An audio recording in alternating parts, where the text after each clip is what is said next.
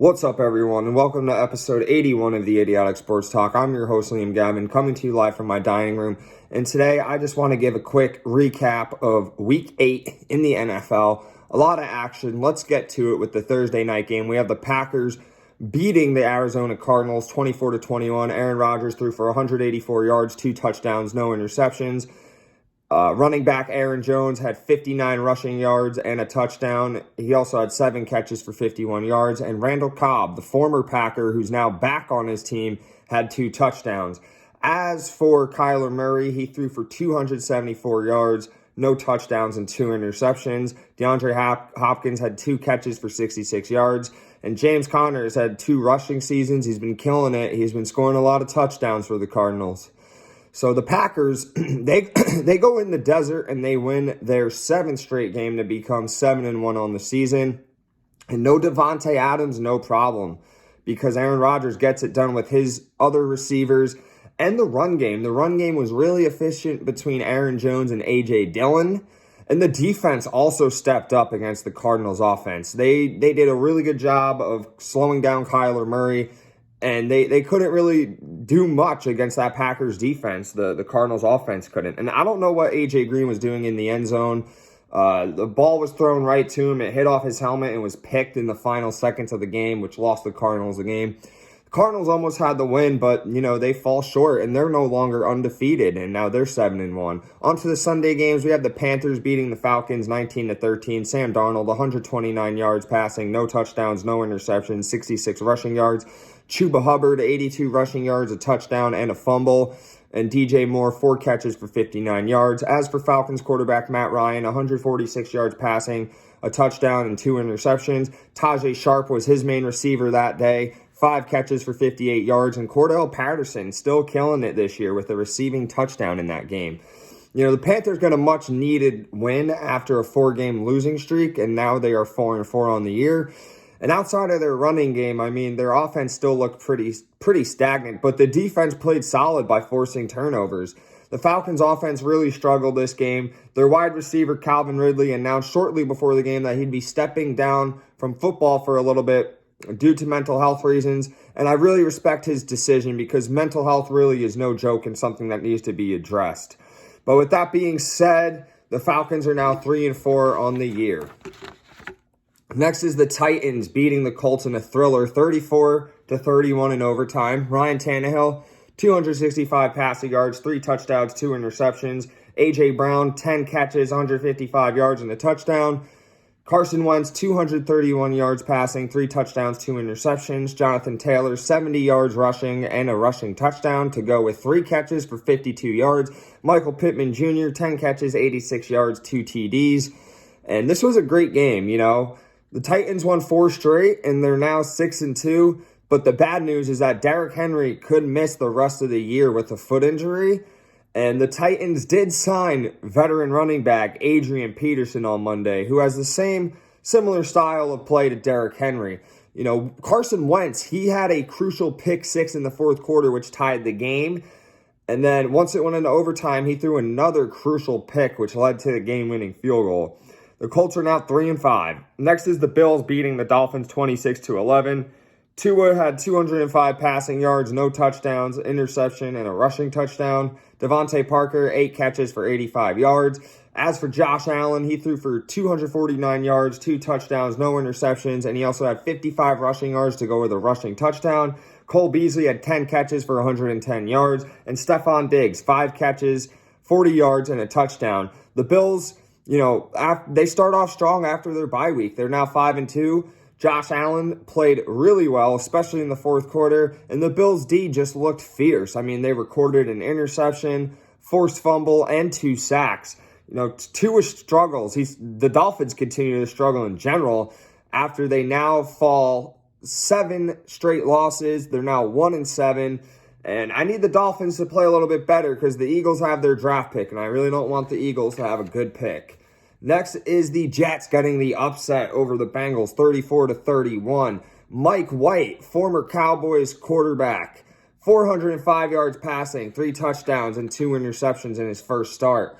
Rookie Michael Carter had 77 rushing yards, also had a touchdown, and he also had 9 catches for 95 yards. Jamison Crowder, 8 catches for 84 yards. As for Joe Burrow, he had 259 yards passing, 3 touchdowns and an interception. Joe Mixon, 33 rushing yards and a touchdown. He also had 4 catches for 58 yards and a receiving touchdown. And Jamar Chase, 3 catches, 32 32 yards and a touchdown.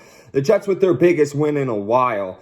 The former Cowboys backup quarterback Mike White, he had himself a day in his first career start. Rookie running back Michael Carter, he also had a career day. Bengals, they had an 11-point lead in the fourth quarter, but they blew it. Burrow throwing that interception in the fourth quarter, it really shifted the momentum. They crushed the Ravens last week, but they lose to the Jets on this week. That's got to be the most Bengals thing ever I've ever heard. So the Bengals are now 5-3 with that loss, and the Jets are now 2-5. Next is the Steelers beating the Browns 15-10. Ben Roethlisberger, 266 passing yards, a touchdown, no interceptions. Najee Harris had 91 rushing yards and a rushing touchdown. And Deontay Johnson had 6 catches for 98 yards. Baker Mayfield only threw for 225 yards, no touchdowns or interceptions. And Jarvis Landry had 5 catches, 65 yards, and a crucial fumble in the fourth quarter. The Steelers get a much-needed win on the road against a division rival. Big Ben did not, he hasn't been that great this year, but he did good. He did good this game by not turning the ball over. I think if if Big Ben threw a pick or fumbled, the game would have went to the Browns. And the Steelers' D stepped up. I mean, they caused that huge fumble off of Jarvis Landry in the fourth quarter. And Baker's first game back from that shoulder injury, he really didn't look that good. The Browns' running game just really wasn't there, and now the Browns are 4-4, while the Steelers have now won 3 straight, and they are 4-3. The next game is the Eagles blowing out the Lions 44-6. Jalen Hurts, 103 yards passing, no touchdowns, no interceptions, 71 rushing yards. Boston Scott and Jordan Howard, they each had 2 touchdowns, running touchdowns, that is. And Jared Goff threw for 222 yards, no touchdowns or interceptions. And TJ Hawkinson, the tight end, had 10 catches for 89 yards. The Eagles absolutely crushed the Lions. Their run game was on point, which I find funny because with Miles Sanders not playing this game, they finally decided to run the ball. The Eagles defense had 6 sacks, forced fumble, a fumble, recovery, touchdown, and the Eagles are now 3-5, and I don't have much to say about the Lions. They were awful. They couldn't even help out a fellow Cowboys fan by beating the Eagles. The Lions are still winless at 0-8. Next is the Rams beating the Texans 38-22. Matt Stafford, 305 passing yards, 3 touchdowns, no interception. Darrell Henderson, 90 rushing yards and a rushing touchdown. He also had a receiving touchdown to go with that. And Cooper Kupp, he's still killing it. 7 catches, $115, and a touchdown. As for Davis Mills, he threw for 310 yards, 2 touchdowns, and an interception. Brandon Cooks had 6 catches, 83 yards, and a touchdown. The Rams, they breezed past the Texans. Stafford to Kupp has been amazing thus far this season. And the Rams defense, they made very big plays. And the scary thing is, they just got Von Miller this past Monday. So that Rams defense, the stock is going up on them. The Texans, and they looked good in garbage time, but they were down 30-plus majority of the game. The Rams are now 7-1 as the Texans lost their 7th straight game to go to 1-7.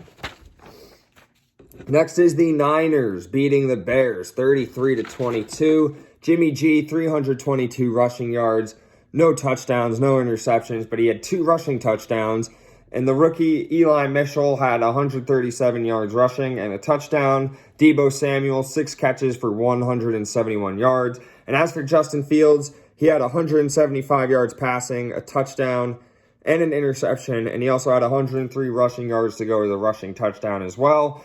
And Darnell Mooney was his main receiver that day with 6 catches for 64 yards. The Niners get a much-needed win on the road to go 3-4 on the year after they've lost 4 straight. Jimmy G, he actually played exceptionally well. And the rookie, Eli Mitchell, man, he's been killing it running the ball. And don't forget about Deebo Samuel. He's been their guy on offense. As for the Bears, they've lost their third straight and are now 3-5. The Bears will continue to suck unless they fire the coach, Matt Nagy. Next is the Patriots beating the Chargers 27-24. Mac Jones, 218 passing yards, no touchdowns, no interceptions. And then Damian Harris had 80 rushing yards and a rushing touchdown. Justin Herbert had 223 passing yards, 2 touchdowns, and 2 interceptions. Austin Eckler had 64 rushing yards and a rushing touchdown. He also had 6 catches for 60 yards. And Keenan Allen with 6 catches for 77 yards and a touchdown. You know, the Pats, they go on the road. They get the upset to go 4-4 on the season. Mac Jones didn't turn the ball over, and he let his running game help him out. The Patriots defense also came through with 3 sacks and 2 interceptions. 1 was a pick 6. And the Chargers, they struggled after their bye week. Herbert had a really tough game, and the Chargers are now 4-3 because of that. Next is the Seahawks beating the Jaguars 31-7. Geno Smith, a $195 passing, 2 touchdowns, no interceptions, and a rushing TD. As for Tyler Lockett, 12 catches for 142 yards, and DK Metcalf with a good game, 6 catches, 43 yards, and 2 touchdowns.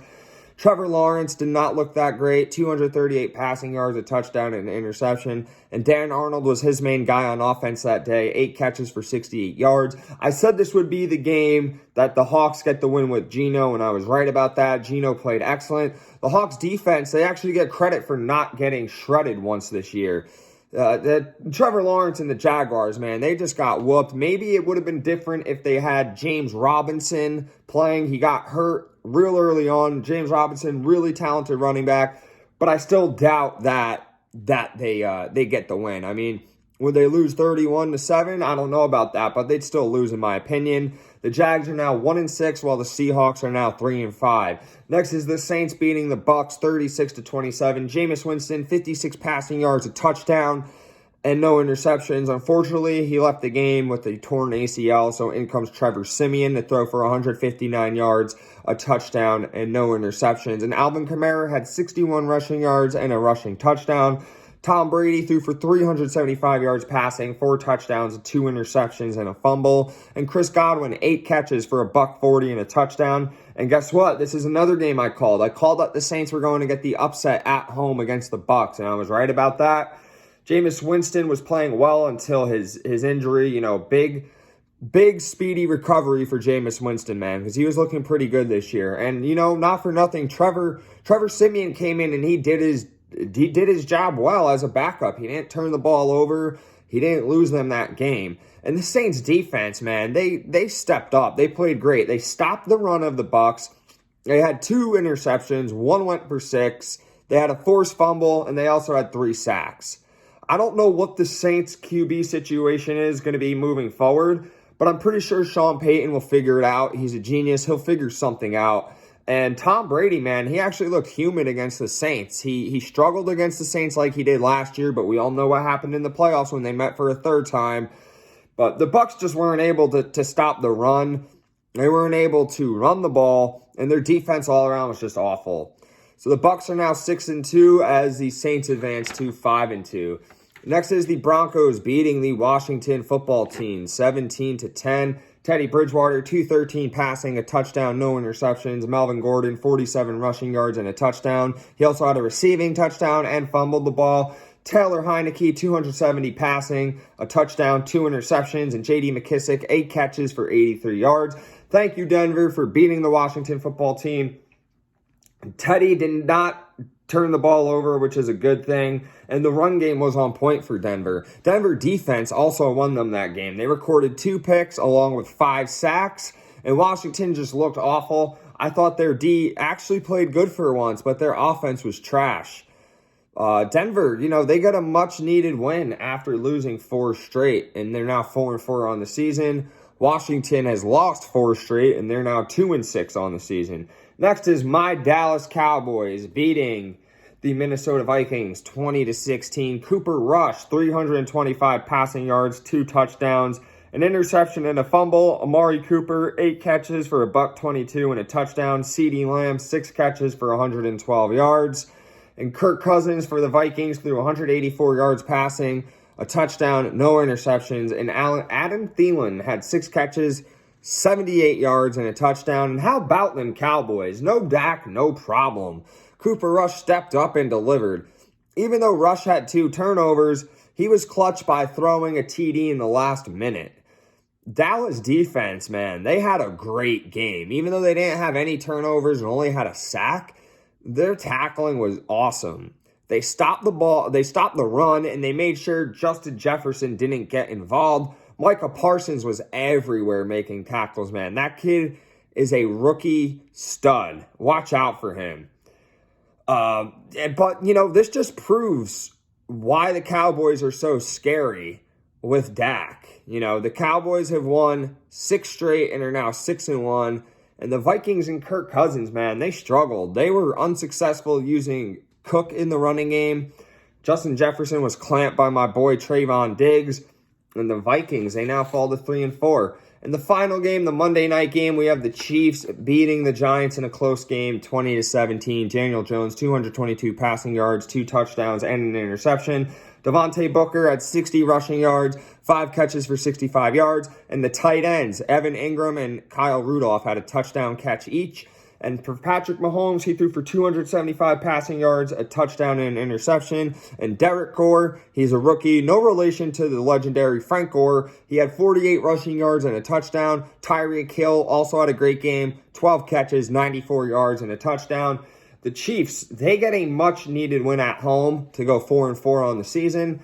At times this game, they didn't look good, but they still got the W.